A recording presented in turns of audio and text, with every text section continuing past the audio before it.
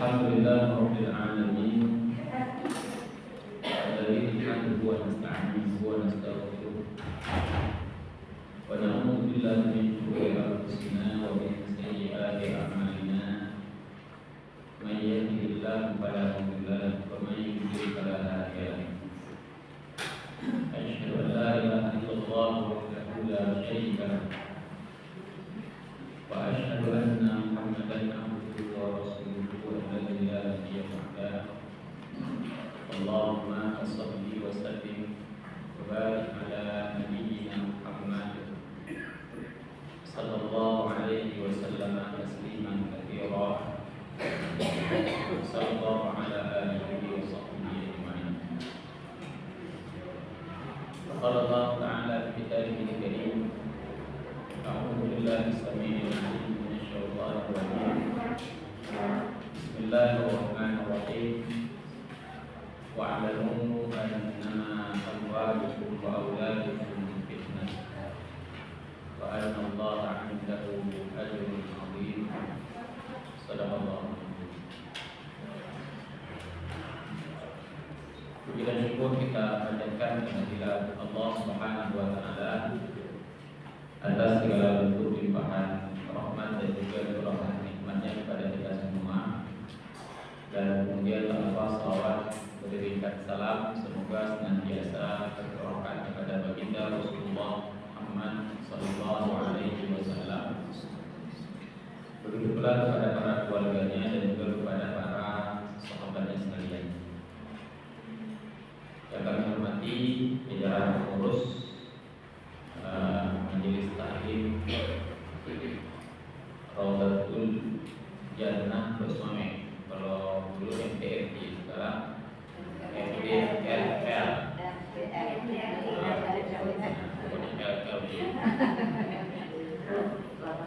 Dan mungkin yang kami muliakan ibu-ibu para peserta kajian duha Ramadan yang dirahmati Allah Subhanahu wa taala. Jadi sebagaimana disampaikan oleh Ibu Sufi Zubaidah tadi, tema besar kita di bulan Ramadan ini adalah ketahanan keluarga ya. Karena memang pada hari ini kita menghadapi satu persoalan serius tentang generasi muda yang sepertinya mereka ini begitu kurang mendapatkan perhatian dari keluarganya. Sementara di luar sana ada begitu banyak orang-orang yang berusaha untuk memotori anak-anak kita. Jadi di keluarganya nggak open, perhatiannya sangat minim. Orang yang ingin merusak anak kita serius dan serius. Sebenarnya idealnya yang hadir pada pertemuan ini bapak-bapak, ayahnya. Cuma sampai hari ini saya masih belum menemukan cara supaya laki-laki itu datang.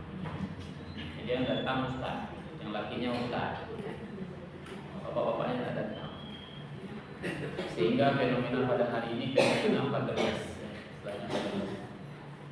Anak ada ayah tapi rasa-rasanya yang anaknya serasa yatim padahal ayahnya ada. Sehingga walaupun memang ayahnya nggak datang pengajian, ya ibunya lah yang datang. Nah, semoga ibu-ibu yang pada hari hadir itu bisa mengkomunikasikan dengan ayah itu. Jangan dimarahin, dikomunikasikan. Tadi Ustaz bilang begini, ya. Dan syukur-syukur nanti walaupun ini majelis taklim muslimah, ada waktunya nanti kita berikhtiar dengan ya. Ini para istri ini menyampaikan kali ini undangan khusus buat para suami. Semoga bulan Ramadan depan dari 20 hari, satu hari saja yang datang khususon suami. Ya karena di yang tepat begitu. Bahkan sekarang ketika ada sekolah-sekolah, nah di antara program sekolah itu kan ada parenting ya. Jadi pertemuan antara pihak sekolah dengan pihak orang tua. Nah, sangat disayangkan lagi justru ayahnya yang nggak datang. Ayahnya sedikit nggak datang.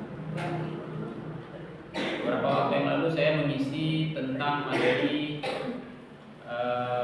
tarbiyah jinsiyah. Bahasanya itu pendidikan seksual atau pendidikan akibat.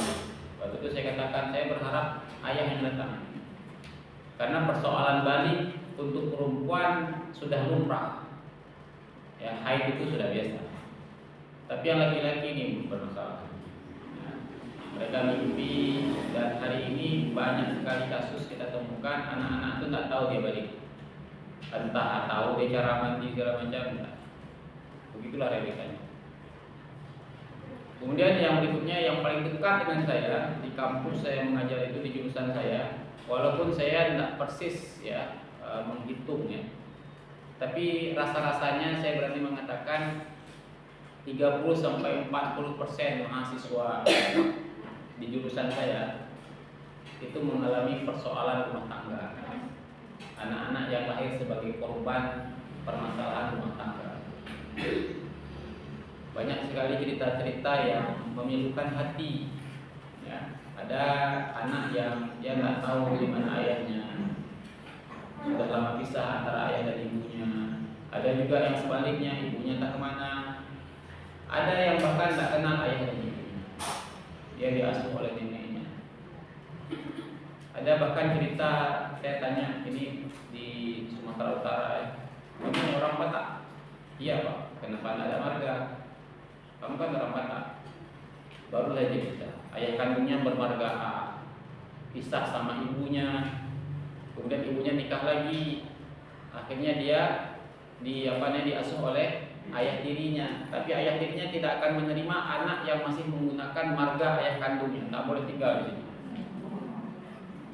Akhirnya apa terjadi, marganya nggak ada lagi. Itu banyak ya, anak-anak yang jadi korban. Nah, yang parah lagi, anak ini jadi korban. Di kemudian hari mereka menyusahkan orang tua. Orang tua masih nggak sadar itu salah dia. Jadi pernah ada kasus orang-orang tua yang curhat sama saya kelakuan anaknya. Saya bilang, anak ini seperti ini, Anda yang bentuk. Anda ikut sama pasangan, dilihat sama anak. Anak itu melihat Anda ribut, Anda berantem, ya, bahkan sampai pukul-pukulan. Anak melihat, dan Anda tidak menyadari Anda mendidik anak dengan cara begitu.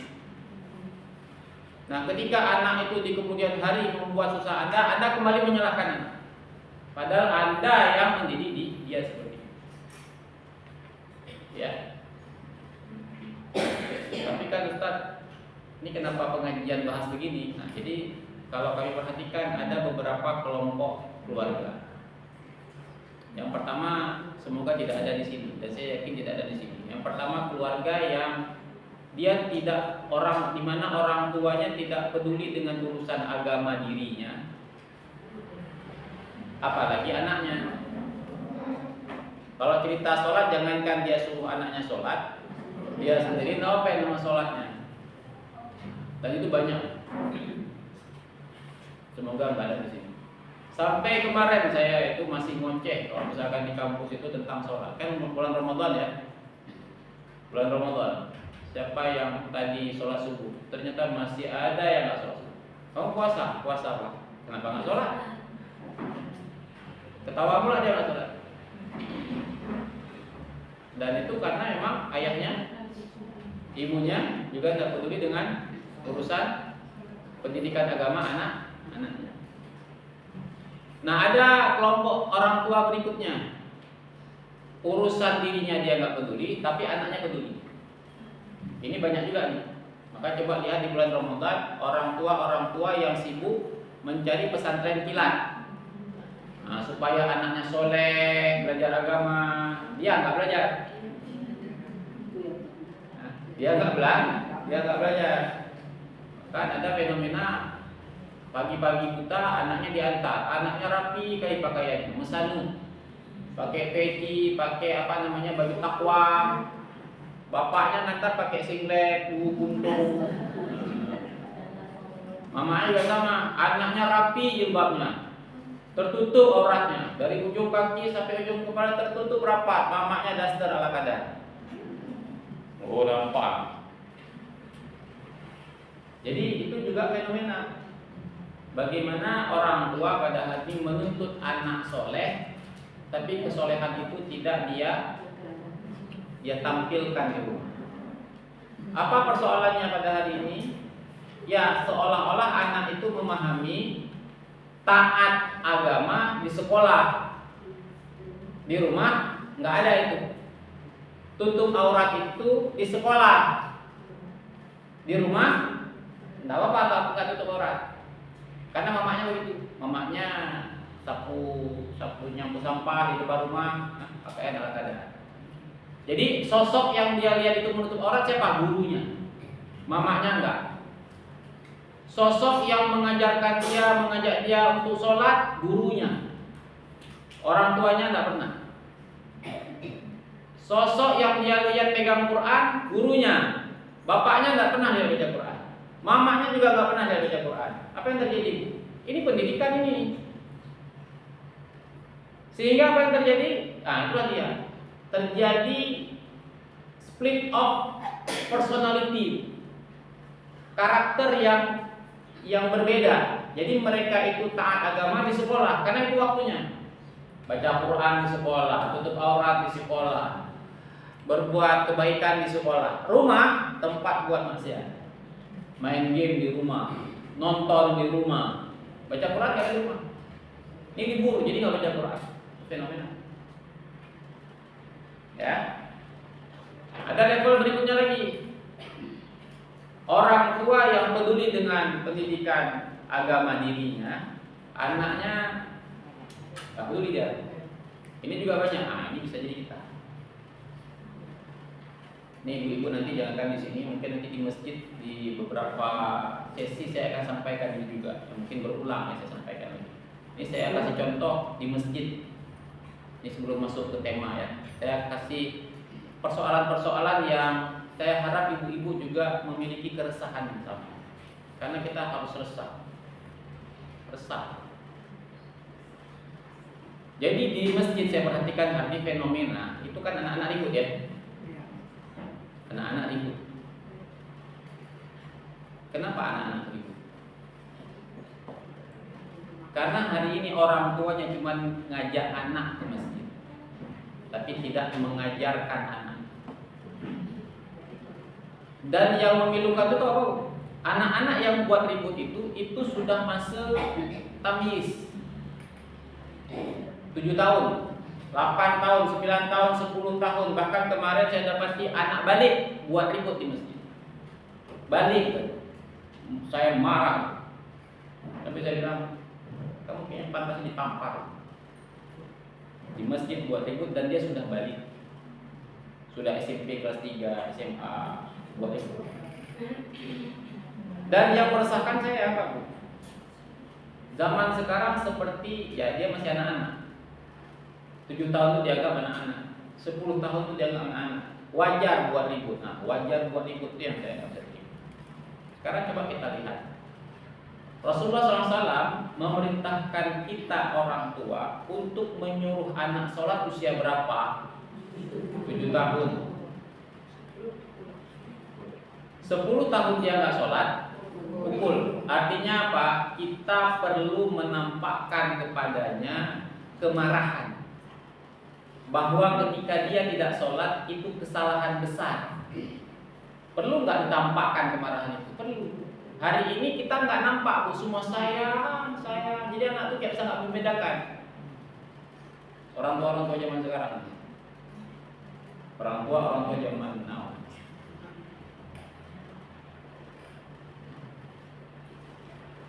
Nah, di masjid anak-anak usia 10 tahun, 11 tahun, 12 tahun, bahkan sampai SMA, mereka tidak sholat, Bu. Dan mereka buat ribut. Kenapa tidak boleh dimarahin? Sementara untuk pribadinya saja, kalau dia 10 tahun dia nggak sholat, orang tuanya pukul. Dia ke masjid, dibawa sama bapaknya. Nggak sholat kan? Gua ribut, mana ada sholat itu. Bahkan sebelum Ramadan kemarin, pas maghrib, saya pergi ke Baitur Rahman, terus kok ribut nih. Saya pergi ke agak sudut, ada sekelompok anak main dia. Main apa gitu. Itu udah sholat. Bahkan ada yang masih main game. Saya bilang, "Dek, nggak sholat? Itu kan sudah sholat. Entar lagi bang, sekali lagi bang." Game, masih pegang HP dia main game ya. Nah, yang mirisnya itu ternyata kita melihat bapaknya ada di situ. Jadi yang memarahi dia siapa? Petugas masjid. Ketika petugas masjid marahinya, bapaknya marah. Itu yang saya katakan. Karena menganggap anaknya ini masih kecil. Padahal nggak kecil itu. Remaja itu nggak kecil. Balik itu dia sudah harus dibentuk. Ini rumah Allah loh.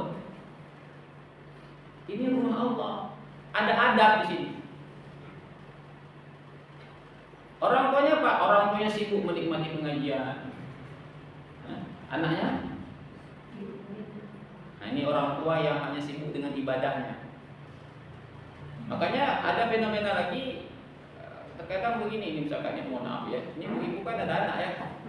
Ibu kan seringkali tanya, ini kita nggak ada ini ya peserta yang muda datang kemari, orang-orang tua semua. Kan sederhananya ibu bisa ajak anak ibu mana? Ada ibu mana? Kerja. Maksudnya kalau misalkan kerja itu bisa disiasati. Artinya saya ingin mengajak ibu bisa ajak anak. Nah, nggak usah kita ajak anak orang, nggak usah kita tanya mana anak-anak muda ini nggak datang nih ke MTRJ. Ya anak sendiri lah bawa. Apa yang pikiran orang? Coba kita pikir anak kita bawa mana anak kita?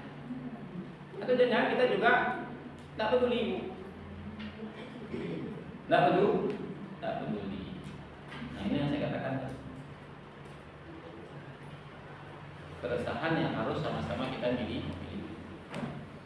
Nah, terkait dengan tema ini secara khusus saya tulis itu pendidikan anak antara tanggung jawab orang tua dan peran sekolah. Kalau ini Bu Siti Zubaidah menunjukkannya ke sekolah, enggak. Saya kasih tema ini bukan ke sekolah.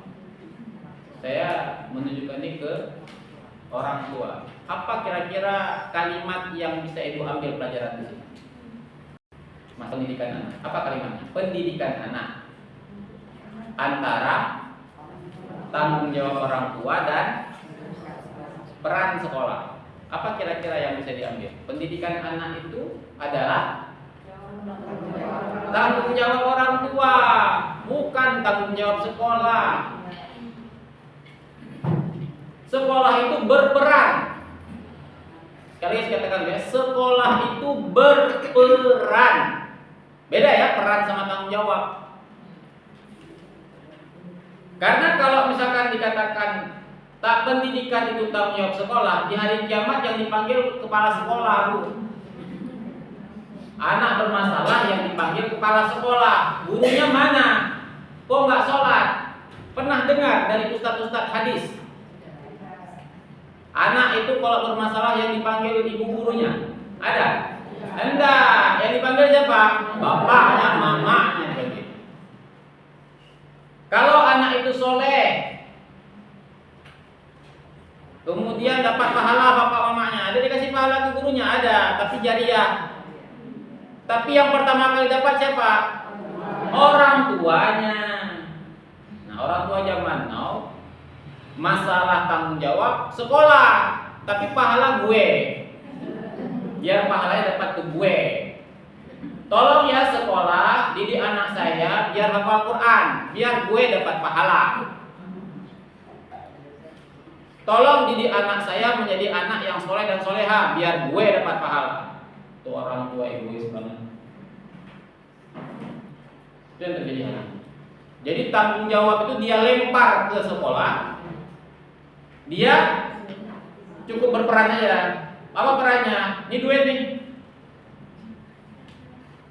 Bu guru perlu duit berapa? Itu orang tua zaman sekarang. Sehingga mereka menganggap apa? Aku udah bayar sekolah, nggak mau lagi. Pokoknya anak aku harus hafal Quran. Anak aku harus bisa ngaji Quran. Anak aku harus bisa rajin sholat. Kok nggak bisa? Kurang duit? No, kasih lagi.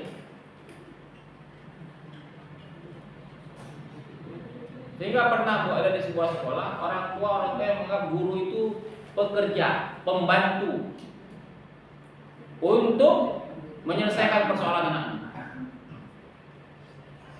Sehingga guru itu tidak ada harganya. Bahkan ada satu kalimat orang tua yang bapaknya pejabat, banyak duit. Apa dia bilang? Jajan anak saya lebih gede daripada gajimu. Ya, kemudian. Ya. Nah, disinilah kita perlu meluruskan pemahaman. Makanya materinya hari ini dalam bab ketahanan keluarga saya khusus mengambil bab ini. Bahwa anak itu tanggung jawab kita. Sekolah itu peran. Jadi kita menyekolahkan anak, mencari pendidikan untuk anak itu dalam bab tanggung jawab kita sebagai orang tua. Nah, ada satu fenomena pada hari ini saya katakan tadi yang sering saya ulang-ulang, paradigma laundry dalam mendidik anak. Ini kan banyak laundry ya. Jadi kita itu terhadap anak sama seperti orang bawa baju kotor ke laundry. Gimana ceritanya, Ustaz? Ke laundry orang bawa baju kotor. Ya, yang baju kotor itu punya siapa? Punya dia. Kotorannya dia. Kan dia bikin kotor, dia yang pakai. Dia bawa ke laundry. Tanya sama orang laundry, berapa duit ini untuk bersih? 10.000, 12.000. Bersih ya, bersih. Berapa hari? 2 hari. Oke. Ini duit. 2 hari kemudian kembali. Ambil kan baju bersih. Mana baju bersihnya? Kalau kotor, marah nggak? Marah. Ini kenapa masih kotor? Karena saya bayar. Pokoknya saya nggak mau tahu. Harus bersih, harus rapi, harus wangi. Siapa yang bersihin? Orang kan dari duit. Nah, kayak ginilah hari ini, Bu. Bawa anak bermasalah. Ya kan, di rumah dia bikin kotor. Dia didik dengan HP, dia didik ada dengan kontrol semuanya. Semua serba boleh di rumah itu. Pusing sendiri akhirnya. Mana sekolah nih?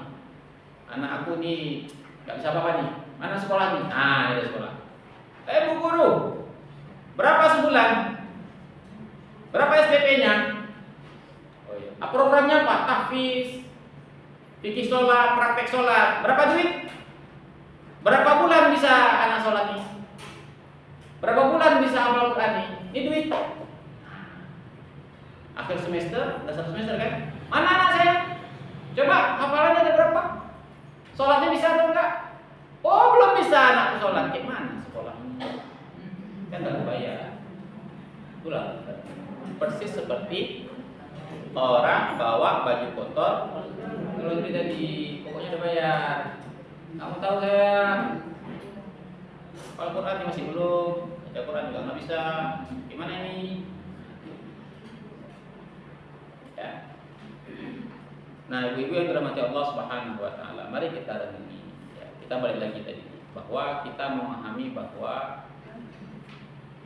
anak itu pendidikannya tanggung jawab kita. Dan pada akhirnya memang anak itu kembali ke kita. Sekolah itu nanti ketika dia lulus itu mantan alumni. Tidak ada balik-balik lagi dia ke sekolah itu. Padahal nanti balik ke sekolah kapan? Pas leges. Tapi pada akhirnya dia kembali ke kita. Kenapa tadi orang tua bisa seperti itu, Bu? Menyerahkan tanggung jawab penuh kepada sekolah. Semuanya mengatakan karena saya sibuk. Pas sibuk apa nggak tahu. Makanya saya suka sebel ketika orang bilang Ustaz itu ceramahin kita, dia kan nggak sibuk. Naik kepala saya. Sibuk. Emang dia yang sibuk, saya juga sibuk. Jadi seolah ketika kita bilang ibu-ibu, bapak-bapak, ini anak, macam ya Ustaz itu kan nggak sibuk, dia udah kerja deh. Saya ceramah aja. Oke. Jadi bapaknya begitu kita lihat di kopi. Begitu kita lihat mamanya, arisan aja. Pengajian Ustaz, iya sibuk kali pengajian. Pengajian itu jangan sibuk-sibuk dia. Masa banyak-banyak kali pengajian itu. Jangan sibuk pengajian, anak tahu mana. Kadang-kadang bahkan jadi modus pengajian tapi malas di rumah. Modusnya bikin pengajian. Jadi seolah sibuk pengajian, modus. Pengajian itu boleh, bagus, tapi juga ada takarannya. Maka saya sering katakan di bulan Ramadan ibu-ibu jangan banyak kali pengajian. Pilih 1-2 pengajian cukup, selebihnya apa? Banyak-banyak tilawah. Jangan sibuk pengajian, tilawah nggak sempat. Sempat saya ngaji sampai 1 juz 1 hari. Nggak sempat kata karena masih sibuk pengajian. Siapa yang suruh sibuk?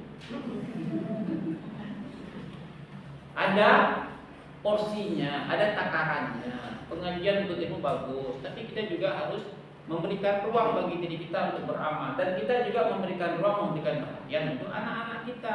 Ramadan ini yang kita harapkan menjadi takwa bukan cuma kita, tapi keluarga kita. Jangan sampai ibu cuma asik sendiri ngaji Al-Quran, anak nggak diajak, anak nggak ditanya, anak nggak ditegur.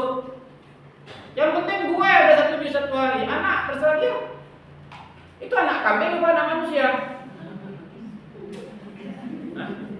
Anak kambing apa anak manusia? Anak manusia, kambing gak ada urusannya. Pokoknya dari bisa jadi makan dari dia. Ini anak kita, bukan anak manusia. Kita ajak dia. Kita ajak. Nah, kalau sehari ini kita sibuk, apa sih kesibukan kita? Sampai kita tidak memberikan perhatian terhadap anak. Sibuk kerja. Sibuk kerja. Sekarang saya tanya, semua orang hari ini, semua pihak hari ini yang kita layani mereka, itu kapan mereka ingat kita? Ya selama kita kerja sama mereka. Kita hari sibuk di kantor, gaskan ke kantor itu. Begadang-begadanglah demi kantor. Lembur-lemburlah demi kantor. Sudah ya? Mau jasa ibu setinggi langit ke kantor itu. Hari ini ibu pensiun, besok kantor nggak ingat lagi sama ibu. Nggak ingat lagi ibu. Ibu, yang bilang sama bapak sekarang. Bilang sama bapak, abang hari ini Pak Kepala Dinas. Hari ini pensiun, besok nggak bisa masuk kantor lagi. Kata security, bapak siapa? Imanullah.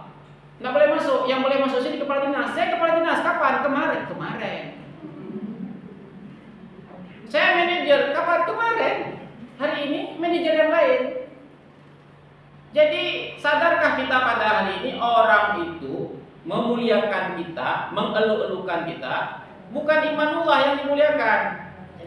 Jabatan imanullah, hilang jabatan itu, imanullah disepak.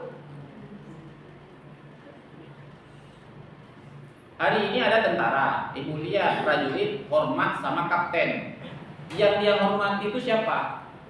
Kapten, bukan orangnya. Kalau orang itu nggak ada kapten di sini, mana ada dihormati? Kita kepala dinas, kita wali kota, keluar kita dari mobil, jangan keluar dibukain pintu mobil. Itu pintu mobil dibukain karena kita atau wali kota? Wali kota. Kalau bukan wali kota, siapa yang bukain? Ibu kalau hari ini jadi ibu wali kota, ibu presiden, nenek moyang ibu, jangan nenek moyang ibu, misalkan. Entah siapa-siapa, nggak kenal lagi orang itu. Sakit, datang nih. Emang kenal mana nenek moyang kita? Nah, kita itu mempedulikan jabatan itu sampai lupa sama. Padahal semua mereka lupa. Oh, ada lagi yang sibuk hari ini sama kawan-kawannya, ibu-ibu sosialita, berkumpul dari satu arisan ke arisan lain, besti. Kapan dia ingat kita? Maka hari ini ada begitu banyak kisah orang yang masuk usia senja, renta, anaknya entah kemana. Ibu tahu lowongan paling laku hari ini? Belum dibuka aja, bentar lagi mungkin dibuka. Tahu apa? Lowongan cebok orang tua. Dicari itu. Yang muda-muda ini kalau nggak dapat kerja lagi, tempel di situ. Melayani cebok orang yang sudah pikun. Kasih makan orang yang sudah pikun, yang anaknya entah kemana. Saya punya grup. Ada teman tanya, bisa tolong cariin nggak orang yang bisa bawa bapakku jemur sebentar keluar, mandiin dia, cebokin dia. Kenapa? Saya sih perlu orang sekarang. Itu lowongan, nggak ada yang mau, anak nggak ada yang mau. Kenapa nggak ada yang mau? Itu dia. Karena dia dibesarkan dulu karena orang tua juga mengatakan sih. Hari ini si anak juga melakukan hal yang sama. Saya sibuk Pak, saya sibuk Mah. Jangan kasih makan mama nanti ya, biar saya cariin. Saya gaji nanti dia. Duit ada Mah.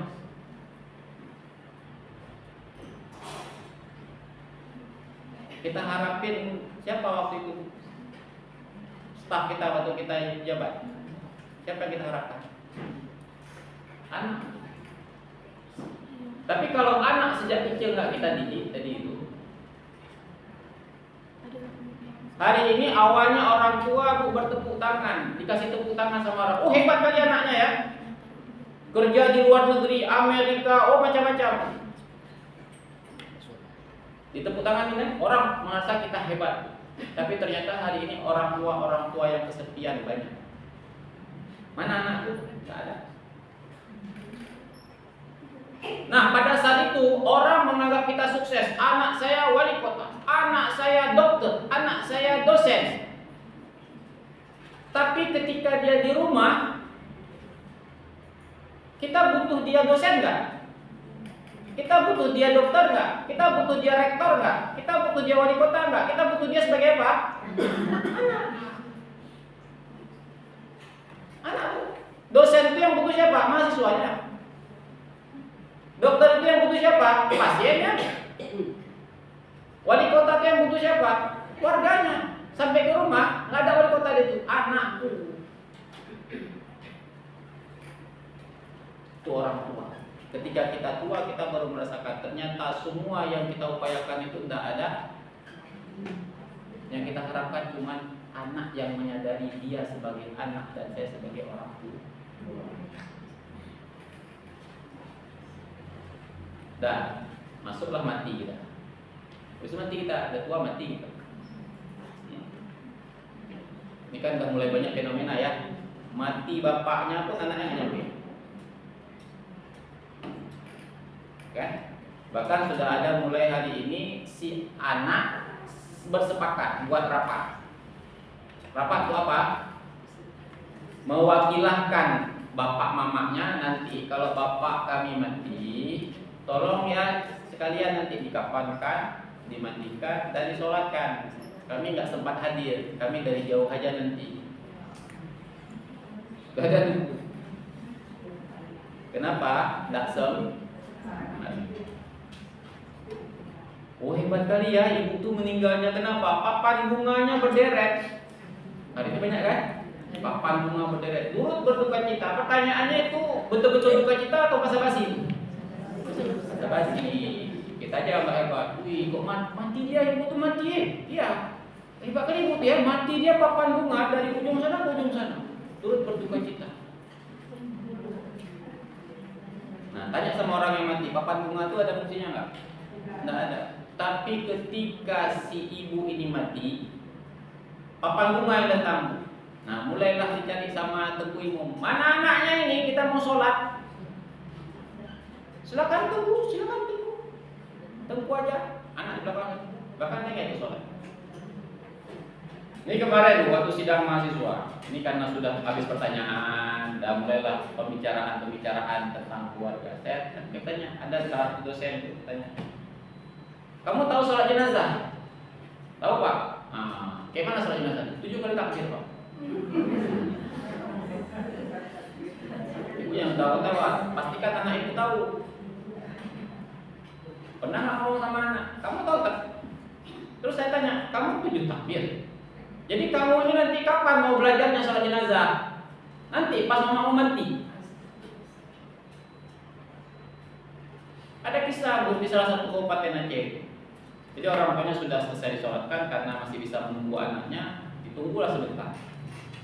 Sampai si anak itu tepuimu bilang, "Mayang deh, sholat jenazah bapakmu." Rukuk sujud dia bu. Nah, kita nggak usah bahas sama orang bu. Jangan-jangan anak kita kayak gitu nanti. Pernah ngomong nggak sama anak? Apakah pada saat itu ketika sudah di dalam peti mati kan bangkit kita? Cukup gawat sekolahnya, bukannya ngajarin. Ada kayak gitu bu. Sempat itu berdiri lagi. Lupa pula ingatin sekolahnya itu. Ada diajarin nggak sholat jenazah pak? Ada. Lantas apa guna papan bunga itu? Sudah selesai. Masuk kubur kita. Masuk kubur kita. Berapa lama anak ingat sama kita? Dan tergantung bagaimana kita didik dia. Kalau kita nggak didik dia, maka setelah itu mulailah kita mengalami musibah berikutnya. Anak berantem, warisan.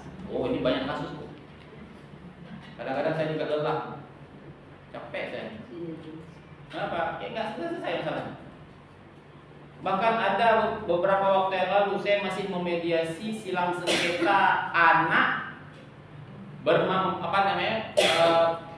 tentang waris itu. Anak yang tahu umurnya berapa bu? Hampir 70 tahun. Jadi saya yang paling muda di situ. Ini nenek-nenek saya mediasi, masih ribut tentang harta bapaknya. Saya juga bingung. Ini udah nenek-nenek, sebentar lagi juga ada mau mati. Masalah warisan belum selesai. Masa di keluarga besar saya? Itu kenapa? Karena itu. Jadi semua keutamaan pada anak itu kita nggak dapat. Mulai dari kita sudah tua, kita mati, kita dalam kubur. Nah, itu semua anak lupa sama kita. Begitu hari kiamat dibangkitkan kita, yang gawatnya anak ini pula yang paling cepat ingat sama kita. Ketika dia sudah ditanya, "Kamu kenapa tak sholat?" "Mak saya tak ajarin." Di situ dia ingat pula sama kita. Nah, pertanyaannya, kalau hari ini kita mengatakan pendidikan anakku itu, sholat anakku itu, tanggung jawab sekolah, semua itu ke siapa yang bertanggung jawab pada saat itu? Semua orang tua. Semua orang tua. Ini terlepas nanti itu ya, kita sudah berikhtiar, ternyata memang anak kita tidak sesuai dengan harapan, itu lain. Ada kisahnya, kisah anak Nabi Nuh, ya kan? Kisah anak Nabi Yakub bermasalah dengan, tapi ini kita nggak bahas hasil akhirnya, kita nggak bahas itu. Maka di waktu-waktu tertentu saya juga ngeri-ngeri sedap menyampaikan ini, karena saya juga masih kecil, saya nggak tahu apa yang terjadi di kemudian hari. Tapi yang kita bahas hari ini adalah bagaimana upaya kita berikhtiar semampu kita. Jangan sampai kita hilang kepedulian sama sekali dengan anak kita. Karena menyangka ini sudah saya sekolah. Lantas di mana Ustaz peran anak itu? Peran sekolah, peran orang tua itu. Anakku sudah masuk pesantren, boarding. Ada lagi sama saya.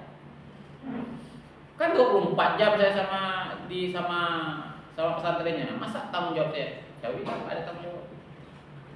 Beda, walaupun jamnya itu sudah lebih banyak di sana, tapi bukan berarti tidak ada. Ada. Maka di mana waktu-waktunya? Ketika dia pulang. Maka butuh yang namanya frekuensi yang sama antara sekolah dengan rumah. Ini fenomenanya bukan satu, namanya fenomena berarti bukan satu kasus ya. Ini misalkan kami di Mataku, ada lagi pesantren-pesantren yang lain. Apa keluhan pesantren? Keluhan pesantren biasanya ketika selesai libur.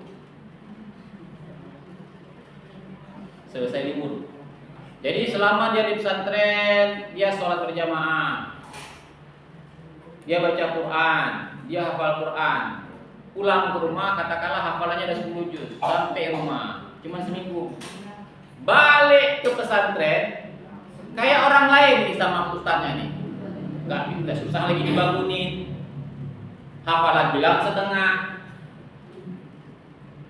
Itu di rumah nggak lama bu, seminggu cuma. Tapi sebegitu joroknya rumahnya, kotor rumahnya, bisa terbalik anak itu. 1 semester di pesantren, hilang dengan 6 hari di rumah. Kenapa? Itulah di rumah fenomenanya. Sampai rumah dia nggak lihat bapaknya pegang Quran. Antum kala dia belum mat Quran. Jadi rusak anaknya itu di rumah. Maka ketika balik ke pesantren lagi, ustadznya datang. Ini orang lain ini. Kemarin anaknya sudah 1 semester sudah rajin bangun sholat. Ini sudah kayak pulang lagi, restart nol lagi. 6 hari dimati. Tiba-tiba begitu bermasalah anaknya, sekolah lagi di sana. Jadi memang jam di rumah itu lebih sedikit, tapi efeknya besar. Kenapa? Karena di rumah itu suasana yang sebenarnya. Ini rumah saya. Rumah saya. Jadi ketika dia walaupun cuma 6 hari di rumah, tapi 6 hari itu dia lihat ayahnya buka Quran, dia lihat mamanya buka Quran, dia lihat mamanya itu menutup aurat, bukan hanya sekedar saya lihat ustazahnya yang menutup aurat. Cuma 6 hari, tapi dia merasakan sama, lingkungannya sama dengan sekolah. Itu terjaga bu. Makanya saya katakan dia sebentar, tapi efeknya lebih besar daripada sekolah bu. Sekarang sekolah itu tidak ada yang ngajarin aneh-aneh ke anak kita. Ini saya kasih contoh bu ya. Mohon maaf kalau tersinggung. Ini TK misalnya. Di TK salah satu diajarkan apa? Yang paling gampang bu ya. Lampu merah. Lampu merah berhenti. Lampu kuning hati-hati. Lampu hijau jalan kembali. Nah nyanyi dia bu. Oh ada praktek lagi. Lampu merah berhenti dah. Tahu ya? Itu diajarin di sekolah. Ada sekolah gila pada hari yang bilang lampu merah jalan aja. Ada pak polisi di situ, klakson aja. Ada sekolah gila begitu? Tidak ada bu, sekolah begitu semua mengajarkan lampu merah berhenti. Mulailah dia diantar sama mamanya. Merah mama. Anda pak itu selesai materi sekolah. Bebusa mulut gurunya di sekolah, mamanya kasih contoh begitu selesai itu. Yang rusak anak itu siapa? Minimal saya bilang. Kalau ibu juga enggak tahan pakai sama lampu merah, tapi kalau bawa anak berhenti demi anak.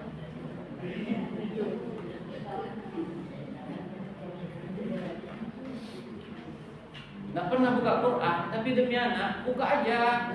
Sebegitunya saya bilang, buka aja. Nggak harus juga bu anak kita hafal 30 juz, kita juga 30 juz. Nah, tapi begitu dia. Tapi paling tidak nampak si anak itu, nah kamu pengen lah kamu untuk baca Quran. Nampak, buka aja walaupun kayaknya baca Quran.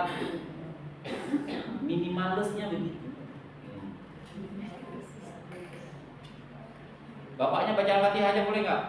Tapi kan Al-Fatihah masa 20 menit Al-Fatihah. Ya udah ulang aja bapak Al-Fatihah itu. Pokoknya anak itu lihat, bapak di rumah ada aktivitas Quran. Jangan jomplang, ada apa itu? Itu tanggung jawab. Sesederhana itu. Sholat juga sama. Ini ibu-ibu jangan pikir ya anak masuk pesantren itu kita nggak perlu lagi ingatin sholat. Enggak, banyak kasus hari ini di pesantren nggak sholat ya. Pesantren hafal Quran, nggak sholat ya. Saya nemukan itu. Puasa pun nggak ada. Lantas salah gurunya? Enggak, itu tadi saya katakan. Ada ucapan orang tua, ucapan mama, ucapan ayah yang mengingatkan anak itu berbeda dengan ucapan guru. Beda bu. Perbuatan guru dan perbuatan ayahnya beda itu. Saya kasih contoh lagi. Ketika saya antar anak saya kembali ke pesantren, waktu itu pindah ruangan. Kan tempat tidur itu kan sudah disusun ya, dan sesuai dengan nama. Jadi waktu saya masuk, ada satu anak tempat tidurnya di sudut. Sama bapaknya dan mamanya, satu rombongan itu bilang, "Aduh susah kali nak kamu di sana nak." Dipindahin sama orang tua. Sementara tempat tidur anak yang lain dipindahin ke sana. Itu saya katakan sama anak saya, kamu lihat, itu orang tua yang mendidik anak egois. Orang tua yang praktekkan. Ya, gurunya di sekolah mengajarkan hadis tentang jangan mengganggu orang, mengutamakan hak orang. Tapi di tempat yang sama di pesantren, bapak mamanya itu bilang, pindahin tuh, Pak tidur kemana? Ini anak ini, pindah aja ke sana, kan belum nyampe. Masa bodoh. Kemudian lahir nanti anak-anak di pesantren itu anak-anak egois, kamu tahu. Orang tuanya bilang, ini kayak mana sekolah ini? Jadi dia. Nah, itu beda. Memang sedikit memang orang tua itu tapi beda ketika dia mencontohkan. Maka ada satu kalimat klausul saya dapat dari siapa? Kalimat bahasa Inggrisnya begini, school is where children learn to read. Sekolah itu adalah tempat di mana anak-anak belajar membaca. Itu di mana belajar bacanya? Di sekolah. Nah itu boleh Bu, saya nggak sempat ajarin anak saya membaca. Saya nggak sempat ajarin anak, nggak sempat. Tapi home, rumah, is where children learn to love reading. Rumah adalah tempat untuk membuat anak itu suka membaca. Belajar baca di mana? Di sekolah. Tapi lingkungan membaca di rumah. Membaca ini kita gantilah dengan sholat, dengan Quran. Sekolah adalah tempat di mana anak belajar sholat. Bagaimana gerakan sholat itu diajarin sama siapa? Sama ustazah. Kenapa? Bapaknya nggak tahu. Cukup untuk diri sendiri. Tapi ngajarin kayak mana nggak ngerti. Nah tolonglah ustazah ajarin saya. Udah ya diajarin sholat. Tapi pembiasaan sholat di mana? Rumah. Jadi dia mengenal yang bangunin, yang ingatin dia sholat, ustazah, ustaz. Bapaknya nggak pernah ingatin dia sholat. Nggak pernah suara bapaknya dia dengar membangunkan dia sholat. Bagaimana anak-anak ini bisa kita harapkan? Al-Quran juga begitu. Sekolah adalah tempat di mana anak belajar baca Quran. Suasana Quran di mana? Lingkungan Quran di mana? Di rumah. Hari ini anak-anak melihat Quran itu dipegang, dilihat, itu di sekolahnya, di daerahnya. Di rumah dia melihat Quran itu berdebu. Beda. Beda ini. Maka hilang semua itu. Ya. Dah, itu satu. Jadi kira-kira bisa kita rasakan ya, tanggung jawab kita itu tidak pernah hilang walaupun kita sudah menyekolahkan anak di mana saja. Tanggung jawab orang tua itu tidak pernah hilang.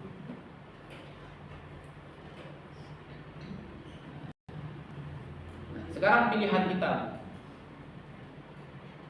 Bagaimana nanti ketika kita mati, apakah anak itu masih punya kita atau tidak? Itu kita. Maka sekaranglah waktu kita masih. Ustaz, anak saya kan udah sekolah lagi. Ini juga tas dari mana minum obatnya. Jadi seolah anak tergede, nggak perlu lagi ngomong tentang sholat. Saya sering kali mengatakan, anak ibu sudah tua, sudah punya anak. Tapi bukan berarti ibu ketika telepon nggak tanya sama dia, di rumah kalian kayak mana Ramadan ini? Kamu nak ada baca Quran? Ada target Quran? Mama kata ustaz, itu bulan Ramadan baca Quran. Kamu ada baca Quran? Ada tanya kayak gitu? Ada. Semoga ada. Yang gawat hari ini kita rapat-rapat sama anak itu liburan di mana, nanti bukan puasa apa. Tapi diskusi tentang sholat, Quran itu enggak ada. Nah, mulailah kita memasuki sesi berikutnya. Apa tanggung jawab kita? Ini memang khususan ayah ya, tapi ibu juga harus sampaikan, mengingatkan. Yang pertama itu yang paling fundamental itu adalah memastikan mereka kita beri makan dari sumber yang halal. ini banyak dilalaikan oleh banyak orang. Jadi orang itu baru sensitif sama perkara halal haram ini kapan? Waktu haji. Itu pun waktu naik haji pas di ihram aja, baju ihram, apalagi. Pokoknya aksesoris haji itu baru dia ngeh ini harus yang halal nih. Tapi yang masuk ke perut dia, yang dia pakai sehari-hari, rumah yang dia buat, kendaraan yang dia beli, itu semua enggak apa-apa. Itu 11 sama orang kafir Quraisy, Abu Lahab CS itu.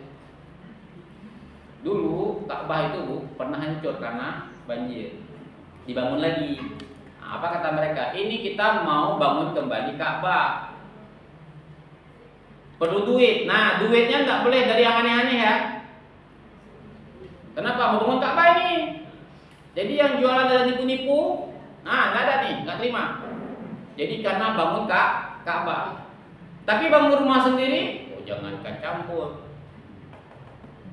Semua boleh dari yang aras.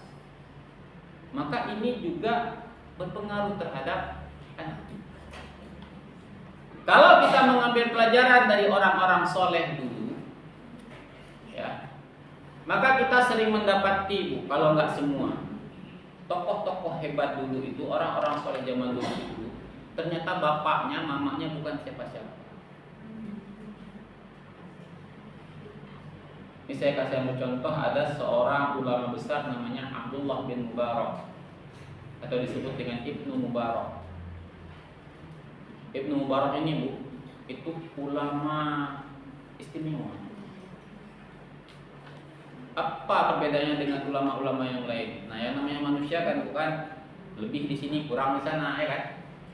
Ada ulama keilmuannya hebat, ya, tapi ibadahnya nggak sehebat ilmunya. Ada ulama, hebat kali bu, amal solehnya, tapi ilmunya nggak seperti ulama yang lain, nggak tinggi-tinggi amat. Ada yang ilmunya hebat, ibadahnya juga hebat, tapi nggak kaya. Ada yang ilmunya hebat, ibadahnya hebat, tapi nggak pernah jihad fisabilillah.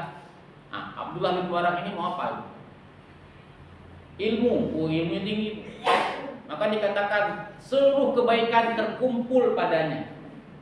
Ilmunya tinggi. Kalau mau lihat ibadahnya, ibadah juga nggak main-main. Orangnya kaya raya, konglomerat ini, ulama konglomerat, ilmunya tinggi, ibadahnya juga hebat. Juga jihad fisabilillah, pergi perang ya. Bisnis tetap jalan, ibadah lanjut, ilmu hebat. Semua keutamaan ada pada ilmu. Maka dikatakan ideal sekali itu. Bahkan konon saya katakan ya, diakui dia ini dengan orang kafir. Cuma saya nggak dapat apakah ini terkonfirmasi kesahihannya atau tidak. Tapi ini kan bukan hadis ya orangnya. Jadi konon ada seorang Yahudi bertetangga sama Ibnu Mubarak. Namanya Yahudi. Dia mau jual rumah. Pasaran rumah, katakanlah rumah pasaran daerah situ 400 juta. Tapi tiba-tiba berani dia jual 800 juta. 2 kali lipat. Orang tanya, kan pasaran situ 400 juta. Kenapa dijual 400 juta? 400 juta itu harga rumah. 400 juta lagi tetanggamu Abdullah bin Mubarak. Dihargai sama dia. Kenapa emang Abdullah bin Mubarak? Tetangga sama dia.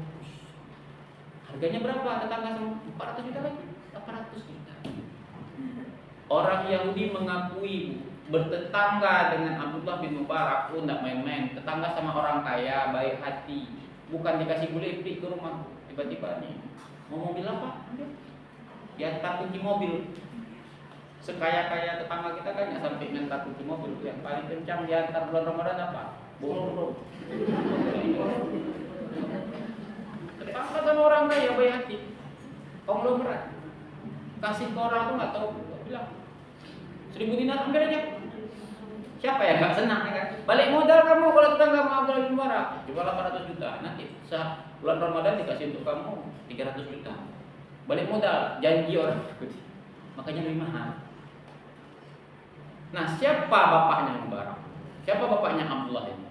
Mubarak namanya. Maka dikatakan Abdullah bin Mubarak. Nah, pertanyaan siapa Mubarak ini? Doktor? Bukan. Master? Bukan. Sarjana juga bukan. Seorang budak.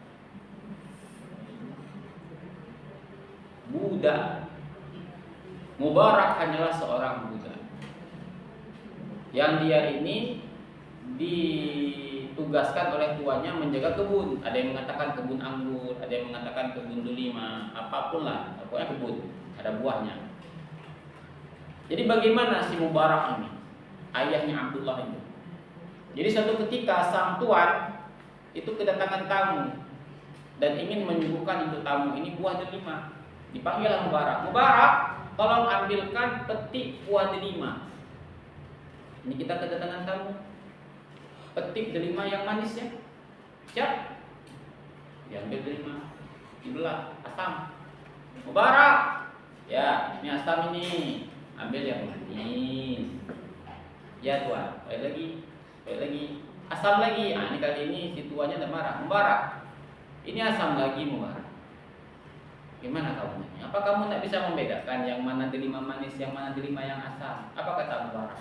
Wahai tuan, selama saya kerja di kebun ini, saya tidak pernah petik dan saya tidak pernah rasa. Bagaimana saya tahu? Betul. Hari ini mana ada kita punya kebun durian dijaga sama orang? Bukan dirasa. Kita yang rasa. Yang punyanya yang rasa durian. Yang jaga, dia yang punya. Jatuh 20, dibilang 2 cuma jatuh. Kita punya lembu, kita suruh jaga orang. Tak apa-apa dia bilang. Ini Mubarak jaga kebun delima, rasa satu pun tak pernah. Tuannya ini nggak percaya Bu, mana ada orang begini? Kan lumrah Bu, ya boleh rasa kan? Kita kerja, masa nggak boleh? Ibu misalkan buka usaha bakso, orang kerja, boleh nggak dia cicip 1-2 bakso? Nggak perlu dibilang lagi, kok makan aja, asal jangan 10 mangkok. Ya boleh lah. Nggak perlu dibilang lagi lumrah. Tapi Mubarak mengatakan apa? Kan Tuhan nggak pernah bilang sama saya suruh rasa. Ya nggak saya rasa. Nggak percaya tuannya nih Bu, dicek, dikumpulkan budak-budak yang lain. Selama kalian lihat Mubarak, pernah nggak lihat dia makan buah delima di sini? 11 tahun dia bekerja di sini Tuan, kami nggak pernah lihat dia petik makan. Begitu Bu. Dia menjaga. Imam An-Nawawi juga begitu. Imam Syafi'i juga begitu. Ternyata mereka bukan anak orang-orang hebat. Bahkan di antara mereka anak-anak muda. Sufyan Ats-Tsauri, bapaknya juga anaknya tukang jahit. Mamanya tukang jahit. Imam Syafi'i juga begitu. Tapi fundament pokok dari mendidik anak itu dimulai dari sini. Dimulai dari makan. Tenang aja Bu ya, waktunya udah habis, tapi ini sesinya 2. Lanjut lagi nanti. Sudah ya, kemudian yang kedua yang terakhir untuk sesi ini.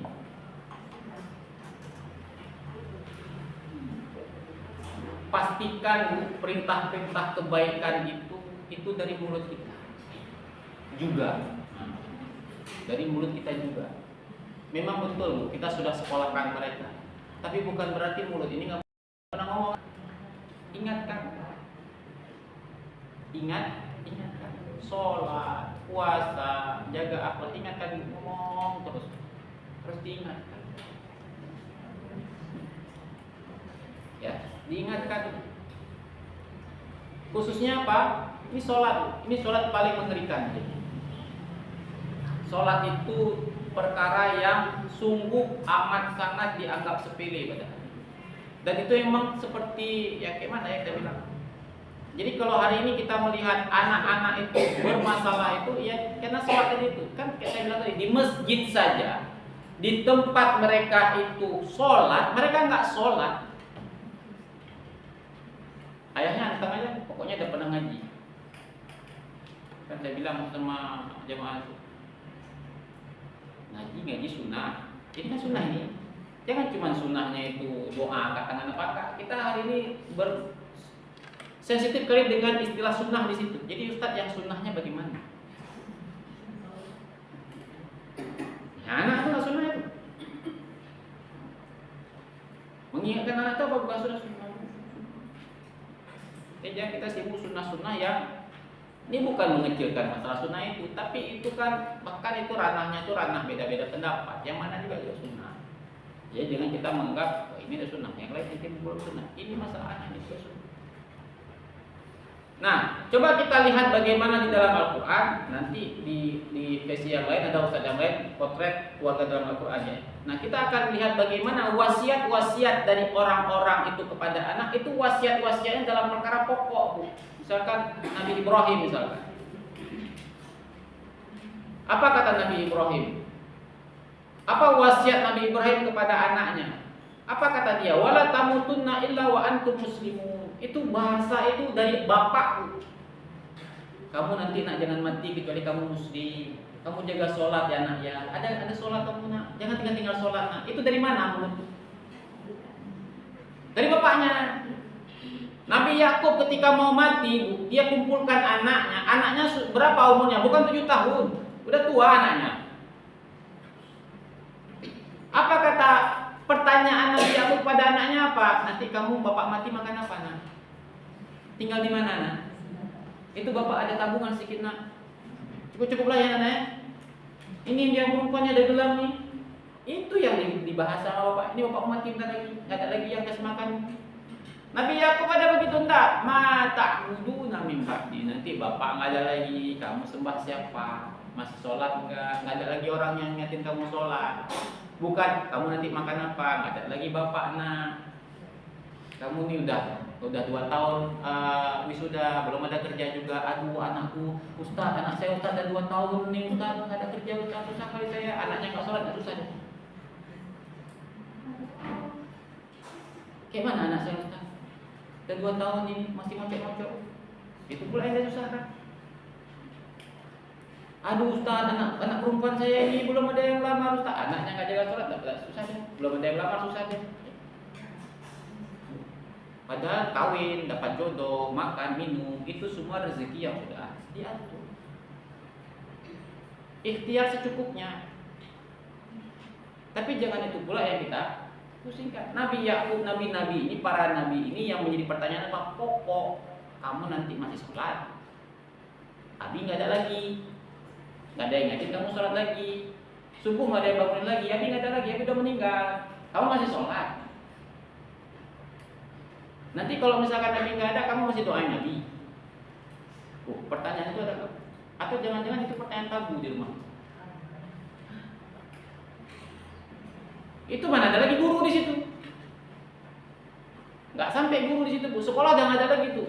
Sekolah itu cuma ngajarin doa orang tua, Allahumma firli. Ya kan? Allahumma firli. Udah sampai situ. Tahu lafaz doa. Ya, jadi wasiat kebaikan itu. Nah, bagaimana wasiat kebaikan itu kita sampaikan? Batasannya sederhana, dia atau kita mati.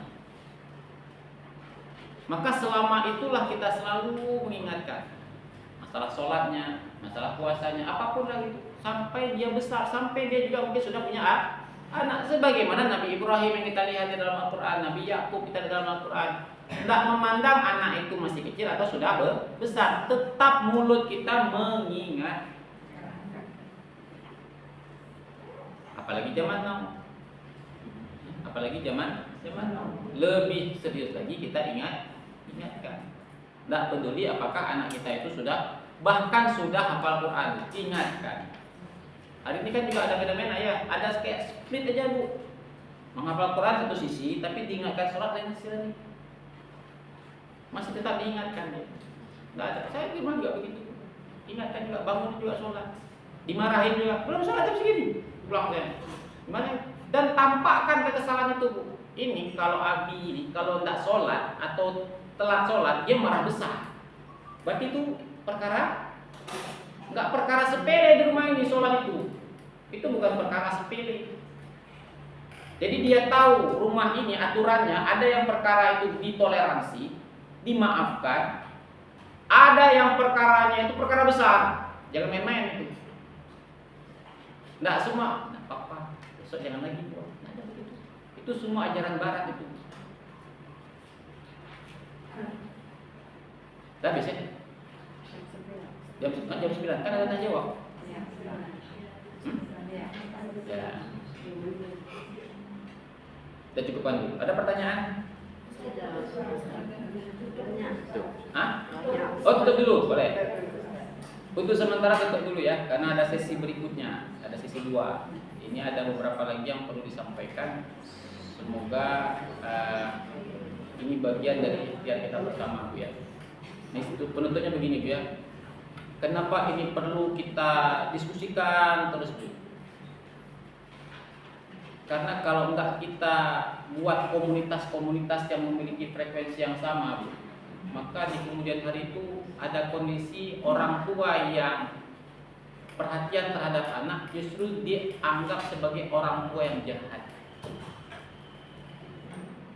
Karena pada hari ini kebanyakan rumah tangga itu membiasakan permisif, semua serba boleh. Jadi begitu ada orang tua ini nggak boleh, ini belum boleh, ini nanti dulu, itu dianggap ini orang tua kok. Ya kan? Ini contoh ya, contoh barang.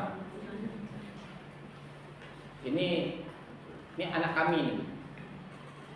Jadi sama seperti anak-anak lain, sudah masuk usia remaja, yang diminta apa? HP. Beli HP. Ada orang tua yang lebih stres lagi, saya udah dikasih HP, naik lagi grade-nya, mama iPhone mama. Sudah ya? Nah, kan enggak dikasih. Pesantren belum boleh, enggak boleh. Ini juga di pesantren enggak kita bilang enggak boleh. Diselundupkan HP. Jadi bapak mama ini mau. Ini kemarin ya. Di grup ada grup teman saya ini, anaknya sekolah di Taruna Nusantara, ini Taruna Nusantara. Itu sekolah Al-Quran bukan? Bukan, sekolah militer itu. Sekolah militer. Nggak ada Al-Quran di situ. Yang ada bela negara, Pancasila, sudah ya. Apa kebijakan sekolah? Ketat nih. Semua orang tua wajib menghapus akun medsos anaknya. Itu bukan sekolah Al-Quran. Tiba-tiba di sekolah yang orang tuanya ngantar ke Al-Quran, entah apa-apa boleh. Itu yang saya nggak habis pikir. Begitu sekolah bilang nggak boleh ini, nggak boleh itu, sekolah itu ya, biarinlah anak itu nanti bisa komunikasi sama kami. Itu Taruna Nusantara, bukan sekolah agama. Seperti itu dia menerapkan disiplin. Bukan tak boleh HP, Bu. Medsos hapus. Nggak boleh anak itu di sini. Orang tuanya terima, Bu, terpaksa. Nggak bisa, Bu. Nah, tapi di sekolah pesantren, kenapa begitu? Kenapa nggak begini? Katanya mau apa Quran, tapi dikasih peraturan. Baik. Jadi ketika kemudian kita nggak sama frekuensinya, itu di kemudian hari, Bu, kita dianggap orang tua jahat. Ini saya katakan tadi, entah HP, Bu. Nah, ketika kita nggak kasih, apa kata dia? Kawan-kawannya ada punya HP semua. Nanti kalau duduk, misalkan duduk dia nongkrong sama kawan-kawannya, semua kawannya pegang HP, dia sendiri nggak pegang HP. Jadi artinya apa? Orang tua lain dikasih. Begitu ayah saya nggak kasih. Bagaimana kesimpulannya? Ayah saya pelit. Anak lain udah dikasih Honda semua. Makanya anak sekarang umur masih 8 tahun, 9 tahun, grung terus kan. Nah, kita nggak kasih Honda dulu. Kita bilang jangan dulu naik Honda. Nggak boleh dulu kamu punya Honda.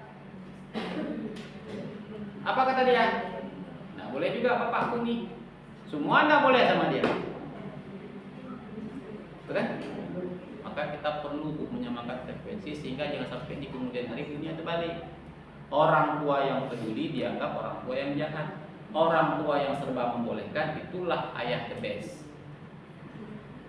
Fa'tabiru ya ulil absar la'allakum turhamun. Subhanakallahumma wa bihamdika asyhadu an la ilaha illa anta astaghfiruka wa atubu ilaik. Assalamualaikum warahmatullahi wabarakatuh.